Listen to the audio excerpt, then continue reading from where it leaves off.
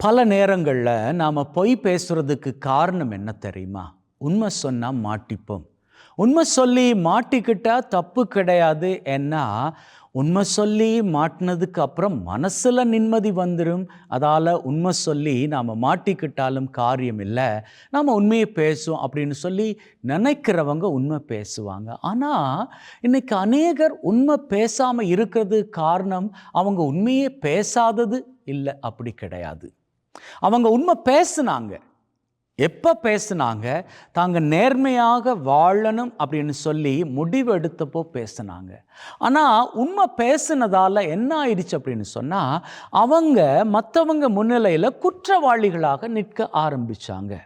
ஒருத்தர் பண்ண தப்புக்கு தான் உண்மையிலேயே நேர்மை உள்ளவனாக இருக்கணும் அப்படி என்பதற்காக குற்றத்தை தப்பை ஒத்துக்கிட்டா சுற்றி இருக்கிறவங்க என்ன பண்ணணும்? அவனுடைய நல்ல மனசை பார்க்கணும். அதை விட்டுட்டு அவனை லேபிள் பண்ணா, ஒருத்தன் பண்ண தப்புக்காக ஏதோ திருடிட்டான், தெரிஞ்சுதான் திருடினான், ஆனால் மனசு மாறி அவன் ஒத்துக்கிட்டா இந்த சமூகம் என்ன பண்ணணும்? அவனுக்கு மன்னிப்பு கொடுக்கணும். மன்னிப்பு கொடுத்தா அவனை திருடன் என்கின்ற பார்வையில் பார்க்கக்கூடாது.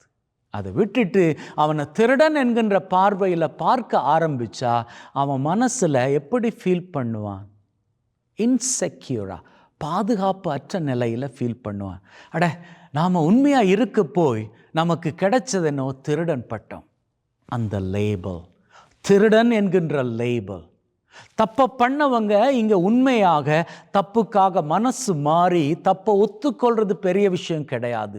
சுற்றி இருக்கிறவங்க அவங்கள ஏற்றுக்கிறாங்களா அப்படி என்பதுதான் பெரிய விஷயம். என்னதான் எவ்வளோதான் நம்ம பிரசங்கம் பண்ணாலும் நீங்கள் மற்றவங்கள பற்றி கவலைப்படாதீங்க, நீங்கள் நேர்மையாக இருங்க, நீங்கள் உண்மையாக இருங்க அப்படின்னு சொல்லி நாம் பிரசங்கம் பண்ணாலும் கூட அதை கேட்பதற்கு நன்றாக இருக்குமா? நான் வாழ்கிறதுக்கு கஷ்டமாக இருக்கும். ஆகவே உங்களை நான் பொய் பேசி வாழும்படியாக சொல்லலை, ப்ரூடண்ட்டாக வாழ்ந்துக்கோங்க.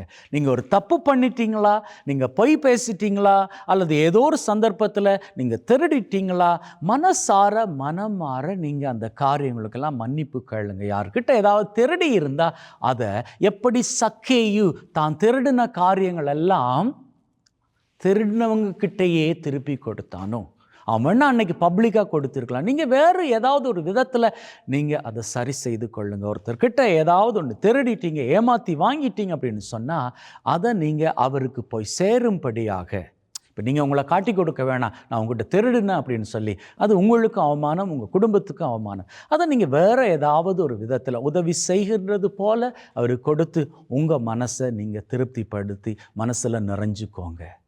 அதற்காக தப்பெல்லாம் பண்ணிவிட்டு இப்படி திருப்பி பண்ணால் எல்லாம் சரியாயிருமா? கிடையாது. இதை முழு மனதோடு பண்ணிக்கோங்க. இப்படி நீங்கள் பண்ணுற வேளையில் என்ன நடக்கும் அப்படின்னு சொன்னால், உள்ளத்தில் மனசில் ஒரு மாற்றம் ஏற்படும். அந்த மாற்றத்தை நீங்கள் என்ன பண்ணிக்கணும்?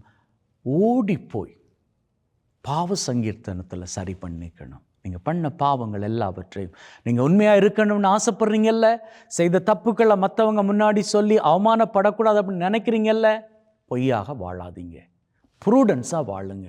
எப்படி ப்ரூடண்ட்டாக வாழ்கிறது? நீங்கள் உங்கள் தப்புகளெல்லாம் சரி செய்வதற்கு ஓடிப்போய் நல்லதொரு பாவ சங்கீதனம் பண்ணிக்கோங்க. உங்கள் தப்புக்களை ஈடு செய்ய முடியுமா? உடனடியாக ஈடு செய்து கொள்ளுங்கள். ஏன் இதை நான் சொல்கிறேன் அப்படின்னு சொன்னால், இன்றைக்கி நற்செய்தியில் நாம் பார்க்குற வேளையில் இயேசு ஆண்டவர் உண்மை பேசுகிறாரு.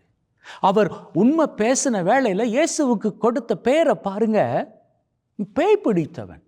இயேசு சொல்கிறாரு, ஆபிரகாமை நான் பார்த்துருக்கிறேன் அப்படின்னு. அவர் பொய்யா பேசினார்? கிடையாது, உண்மை பேசினார். ஏன்னா ஆபிரகாமை விட பெரியவர் அவர். இது நமக்கு தெரியுது, அன்னைக்கு இருந்தவங்களுக்கு தெரியலை. ஏன் தெரியலை? நாம் இயேசு உயிர்த்தெழுந்ததன் பிறகு வாழக்கூடியவர்கள். ஆனால் அன்னைக்கு இருந்தவங்க இயேசுவின் உயிர்த்தெழுதலை காணும் வரைக்கும் அவங்க இயேசுவோடு வாழ்ந்தாலும் இயேசுவை அவங்க ஏற்றுக்கல்ல. இன்றைக்கி நாம் இயேசுவை ஏற்றுக்கொண்டு இயேசு ஆண்டவரது படிப்பினைகளை ஏற்றுக்கிட்டு வாழ்ந்துக்கிட்டு இருக்கிறோம். அப்பேற்பட்ட நாம் உண்மை பேசணும், உண்மை பேசி நன்மை செய்து வாழணும்.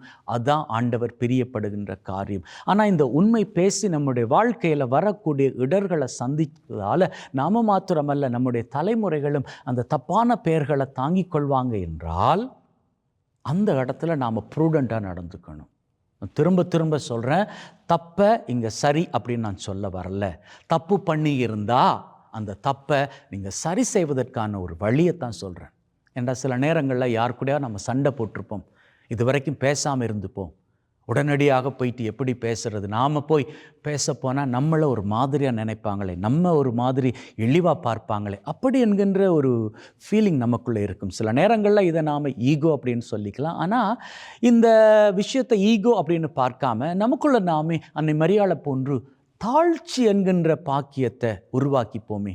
தாழ்ச்சி நமக்குள்ளே இருந்தால் சரி, என்னதான் அவர் நம்ம காயப்படுத்தியிருந்தாலும் இயேசு ஆண்டவர் சொல்லியிருக்கிறார் இல்லையா, நீ பலிப்பீடத்துக்கு வர்றப்போ, காணிக்கையை கொண்டு வர்றப்போ உன் மேலே இன்னொருத்தனுக்கு ஏதாச்சும் விரோதம் இருந்தால் நீ அந்த காணிக்கையை பலிப்பீடத்தில் வச்சுட்டு ஓடி போய் அவங்கிட்ட சமரசம் பண்ணிட்டு வந்துரு, அதுக்கப்புறமா காணிக்க கூட அப்படின்னு சொல்கிறார் இல்லையா. ஆகவே நம்ம கூட யாராவது நல்லுறவில் இல்லை, ஏதாவது பிரச்சனையோடு இருக்கிறாங்க அப்படின்னு சொன்னால் அவங்க கூட நம்ம சமரசம் செய்து போம். அதற்கு ஏற்ற காலம்தான் இந்த தபசு காலம். தபசு காலத்தில் நீங்கள் பண்ணக்கூடிய ஏனைய சாக்ரிஃபைஸஸோட இதையும் சேர்த்து பண்ணிக்கோங்க. இப்படி பண்ணுற வேலையில் அன்றைக்கி இயேசு ஆண்டவர் உண்மை பேசின பொழுது ஏற்றுக்காத ஜனங்கள் அவர் மரித்து இறந்து உயிர்த்ததன் பிறகு அத்தனை உண்மை அப்படின்னு சொல்லி ஏற்றுக்கிட்டாங்களே, அதுபோல் உங்களது வாழ்க்கையில் நீங்கள் கொஞ்சம் ப்ரூடண்ட்டாக நடக்கிற பொழுது எல்லாரும் உங்களை இப்போ ஏற்றுக்கொள்ளாவிட்டாலும் காலப்போக்கில் ஏற்றுக்கொள்வாங்க. ஆகவே இதுவரை நடந்த காரியங்கள் எல்லாம் விட்டு விடுங்கள். Leave them behind. They are in the past. Tamil அழகான வார்த்தை, இறந்த காலம், இறந்து போய்விட்டன, எல்லாம் நடந்து முடிஞ்சிருச்சுது, அது அங்கே தான் கிடக்குது. அது எந்த விதத்திலும் அசைவே இல்லாமல் கிடக்குது. அதை திரும்பி போய் நாம் எதுவுமே பண்ணிக்க முடியாது. This is a great life. இப்போ நாம் வாழ்கிற இந்த present time is a great time. இந்த கிஃப்டை நல்லபடியாக பார்த்துக்கோங்க. ஆண்டவர் கொடுத்துருக்கிறார், இதை அனுபவிச்சுக்கோங்க. அனுபவிக்கிற மாத்திரம் அல்ல, எதிர்காலத்தை நல்லபடியாக வாழ்ந்துக்கோங்க. வாழணும் அப்படின்னு சொன்னால் ப்ரூடண்ட்டாக ஆண்டவரது கிருபையோடு, அவருடைய வல்லமையோடு, பரிசுத்தாவின் உதவியோடு எடுக்கக்கூடிய முடிவுகள்லாம் கரெக்டாக எடுத்து நீங்கள் வாழ்ந்து பாருங்கள். நிச்சயமாக இந்த தபசு காலத்தில் மாத்திரமல்ல, தபசு காலத்தையும் தாண்டி வாழ்விலே மகிழ்வென்னும் சிகரங்களை உயரங்களாக தொட்டு நிற்பீர்கள். ஆமென்.